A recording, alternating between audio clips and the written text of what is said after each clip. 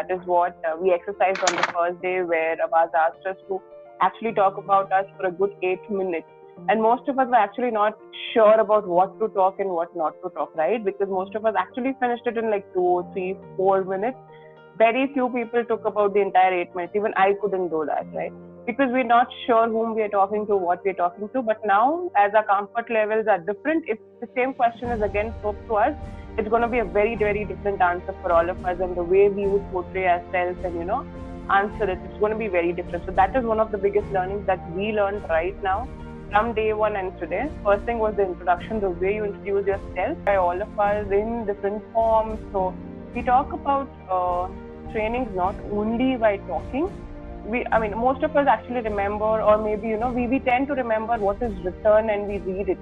So graphical representation is also important. Only if a person keeps talking, it becomes very, very boring. And that is how your PPTs, your content came into picture.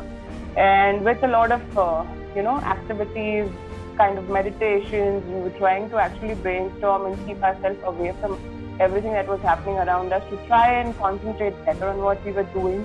And like Abbas said, it is a very noble cause, absolutely.